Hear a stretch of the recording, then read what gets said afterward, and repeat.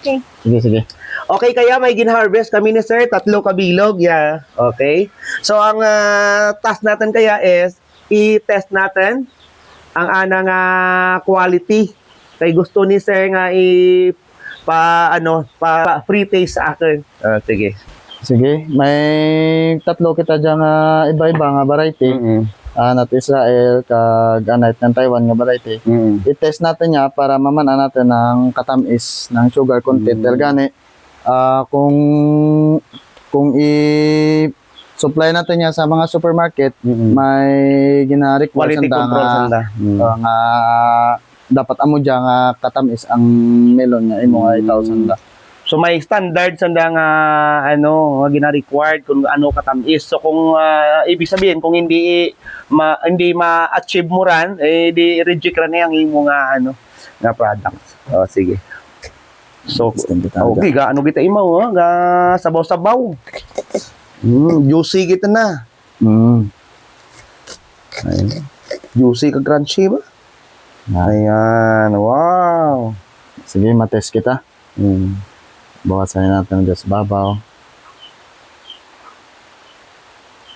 So may ikaw may gamit ikaw sir nga ginagamit niyang karan? Sir. Okay, so may tester gali si sir. Brix meter ang tawag, kaya mo dyan nag-test it ng sugar kung kirain mo ka percent. Bukod sa may melon sir, no? Sa tanang mga klase Prutas. ng prutas.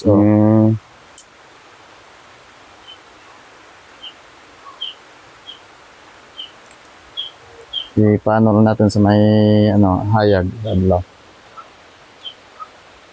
Okay, pwede i-videohan. Sige na.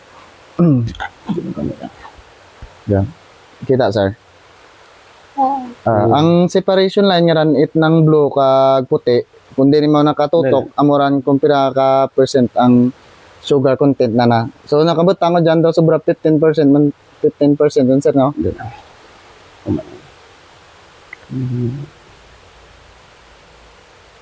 Ako sir.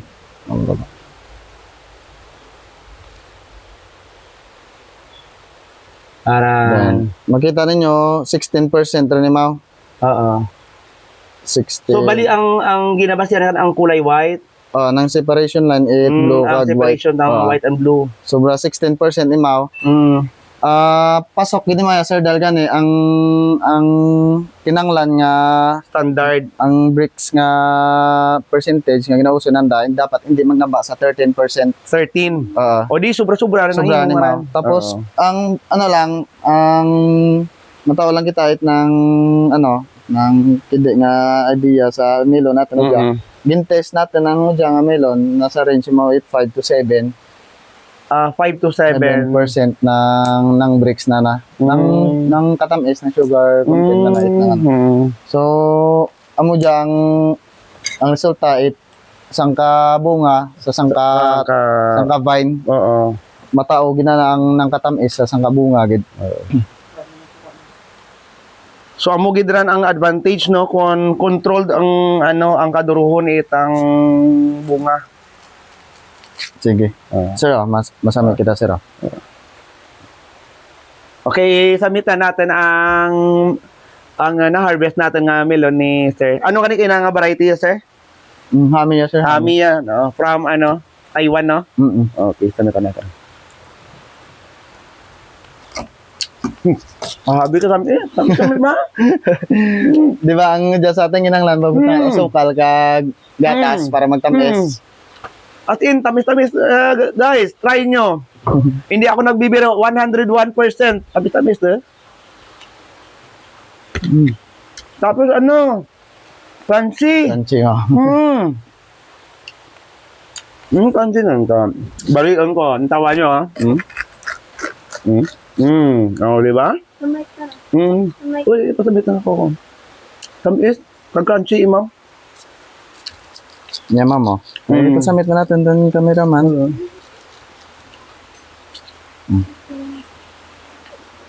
Sige, pwede natin dyan. I-zoom. Hindi ako.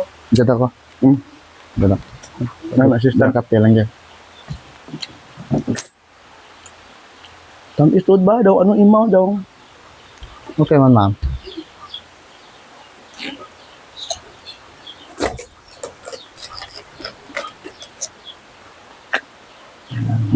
Ay, sorry. Tapos, yung Israel nga variety min. Bago na.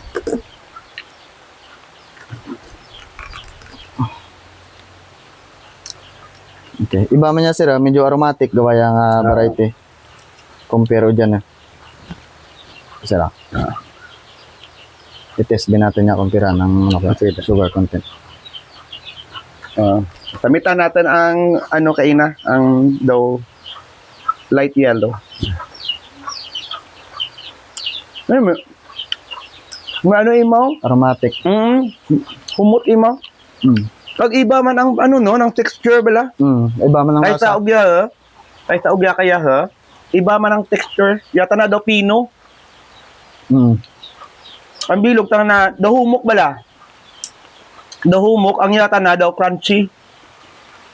Namin. Oh, lang tawan nyo bala guys ha. Iba-iba ng kulay ng silid. Yan. O, di ba? So, saan ka pa?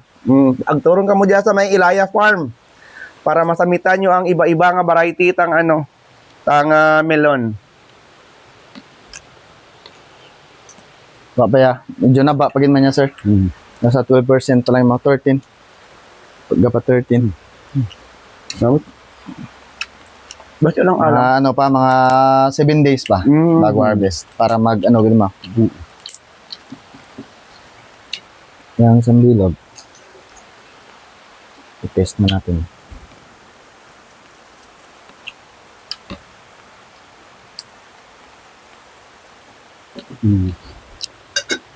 Ang iya ginatest ni sir, ang iya balaran na.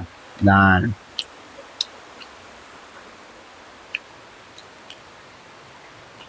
Sige sir, bal sir. Sige, karon. Pretty san. Okay. Ano nakatamis. Nakatamis. Ng sugar content na. So, ang iya kayo test na sir, bali 17% ang anang sugar content o ng katamisan. Ang iya ga 15. Okay, so ang iya bilog nga ya medyo ano kay na ya, alang-alang pa siguro, kinanglan pa nga mag add it ang additional days siguro mga 5 days pa before i-harvest. Kasi ang ano ba ang prutas habang nagabuhay, nagatampis. Okay. So amuran sa aton mga ka-agree dyan nga ano nga hilig sa melon, kag bisan bukod hilig sa melon, try nyo lang. Try nyo nga mag-agto dyan kag magbakal kag samitan ng andang produkto. Sigurado gid nga mabalik kag mauman ikaw sa katamis. Yung may asukal yan. Hindi ra kinahanglan magbutang tang asukal kapin ang iya kinabilog nga ya, tamis-tamis. Ang baya ang bilog nga ya, try bin na. Sige sir, try sir. Tamis man sir. 17 ba ya? Ng score.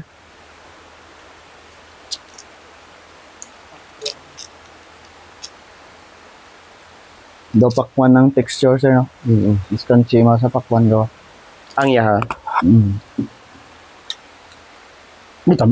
Mas tamis gid man. Ibig sabihin, sakto gid man ang ano ang tester ni sir, mas tamis gid yun. Grabe no?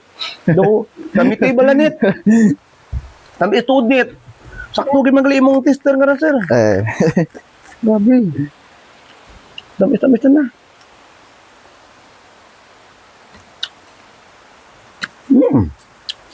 Gamay lang lima uyang ano, nga panit. Gamay lang. Rapit sa may ano, sa may panit na, tamis siya. Tamis Japon. Grabe. No? Yan ang tamis, una o ya.